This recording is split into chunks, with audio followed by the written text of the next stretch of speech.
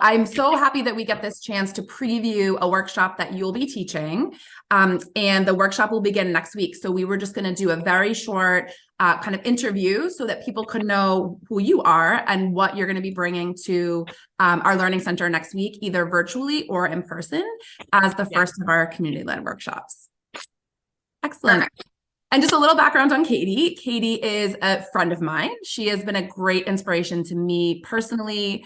I've watched Katie thrive as a mom, as a leader in our community, as a self-published incredible author of this journal. Katie was on the Today Show talking to the entire country about a simple seed. I am really inspired by your entrepreneurship and your creativity and your resilience and a million other things. And so I'm really happy to be able to have others learn from you some of what I've learned from you. Thank you. Thank you. That was very humbling. So my first question for you is, who might be interested in joining the workshop that you have planned beginning next week?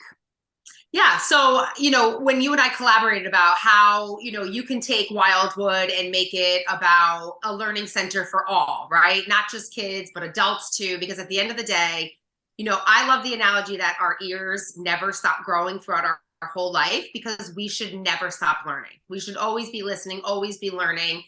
And we decided that the best thing to talk about that I think could make the biggest impact on your life for whatever it is you want is how you start your mornings. And there is so much power in understanding how your brain works and what happens first thing in the morning, and how you have this golden opportunity to completely program and rewire your brain first thing in the morning to really attract what you want for the day. And that doesn't mean every day will be perfect, but I can promise you with the things that I will teach, because I've been walking the walk and seeing the actual difference, your days will be better. And when they don't go how you hope and think, which they really never do, because that's life, you know how to stop and fix it.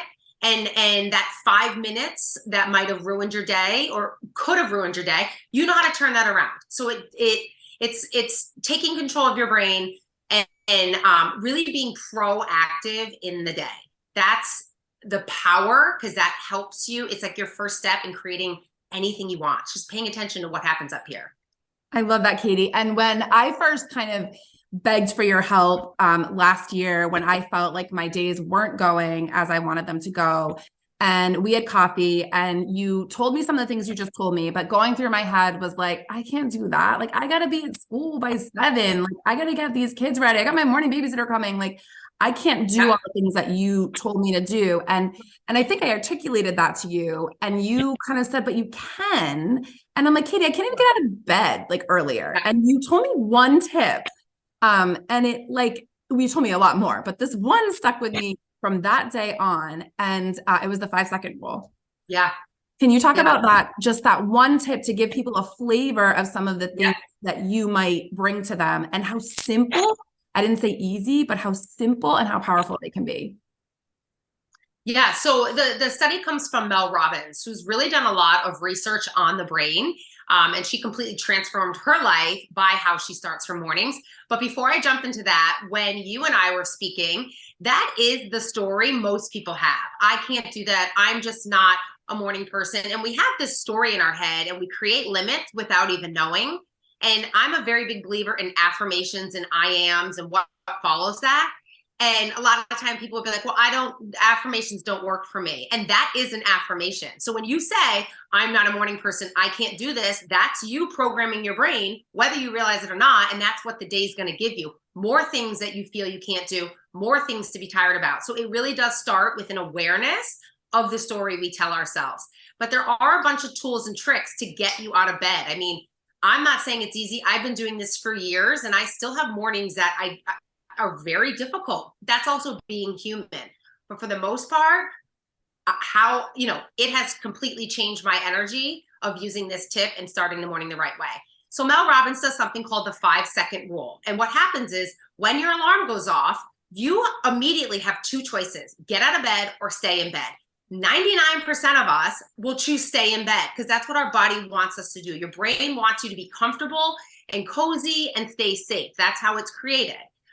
However, you can tap into something by tricking it, by, trying to stump it, right? And where you can work past those thoughts, because for most people, you will listen to that thought and go back to bed.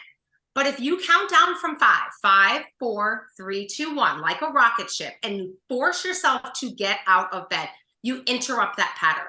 And that's kind of how you break it. And the more you do that, and it sounds silly, but when you literally try it, it sounds silly, but the more you do it, the more your brain and your body will start to get used to it, and you will be able to get out and start your way of conquering the day. I love that. And I mean, I was so excited when you agreed to do this, because if there's one kind of moment, one tip that has changed my mindset for how to start a day, it is that time. It's that getting up out of bed before anyone else gets up. Often it's still dark out. And having that time for just me to set up what is going to happen after that.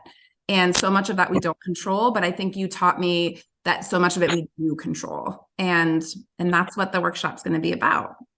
Yeah. And I have a lot of tools that I'm really excited to share, not only for yourself. And I can promise, if you stick with it, like any habit, and really start tapping into what your days could look like with a couple of these tools, you'll see an enormous difference. It's not like it just works for one person. It works for everybody. You just got to put it into work. And the tools that we'll share have to do with the story in your head, understanding the brain, knowing the difference between conscious and subconscious, having those tricks, understanding gratitude, understanding your I am statements, being more intentional.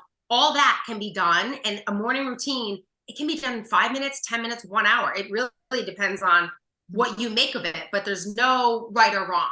So it's just giving those tools to helping you be more proactive, because majority of people live their day in reactive mode. And once you make that shift, everything changes, even your family life, because you set the tone at the end of the day. Moms, unfortunately, like that's just another role we have. We set the tone. And when you have that good energy and you fill yourself up, energy is very real. Your kids will feel that too, and it will affect their day. And that's happening whether you realize it or not. So to make that step and be more intentional is incredibly powerful. I love that. And I think what I'm so excited about is, as I sit in this space that was an old school building in Canton, I want to mention, I mean, Katie, you've spoken to so many audiences of thousands of people. In fact, millions of people, if you count that you've been on the Today Show with your book. And I think that what I am so grateful for is this learning space that we have in the town that we both live in, to have, just a small group of people be able to have this intimate time with you and your knowledge. I mean, that's what these community-led workshops, I hope, can be about. And even though that's a small group of people, like your message of kind of a seed, and I also happen to have kind of the tree as the symbol of my business, is that idea that like these small seeds of even just a core group of under a dozen people coming together, although we can have people virtually, but having this small group of people come and talk to you is such a gift.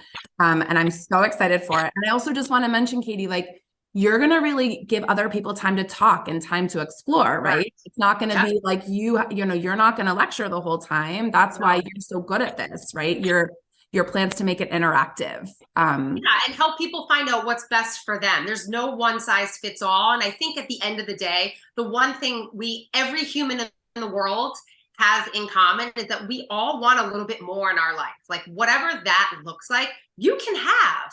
It's just, you got to change the story in your head and I think break through those limits. And it's not cliche and it's not woo woo and it's no one's luckier than somebody else. It's putting in the work. But once you have that awareness and you have the right tools, everything changes. I mean, that little talk with you and what your simple change in awareness, it's amazing what it can do for you. But I think at the end of the day, especially if you have kids, when you know better, you do better. And then you get to parent better and teach better and give them those gifts. But at the end of the day, it starts with us, because more is taught than caught with kids. And this journal all started with one of my daughters asking me, I see you, Mom, in the morning. I see what you do. I see it's changed you. Can you teach me too? And that's how this journal came to life. And I'll share more about that. I love that. We can't wait. And so logistically,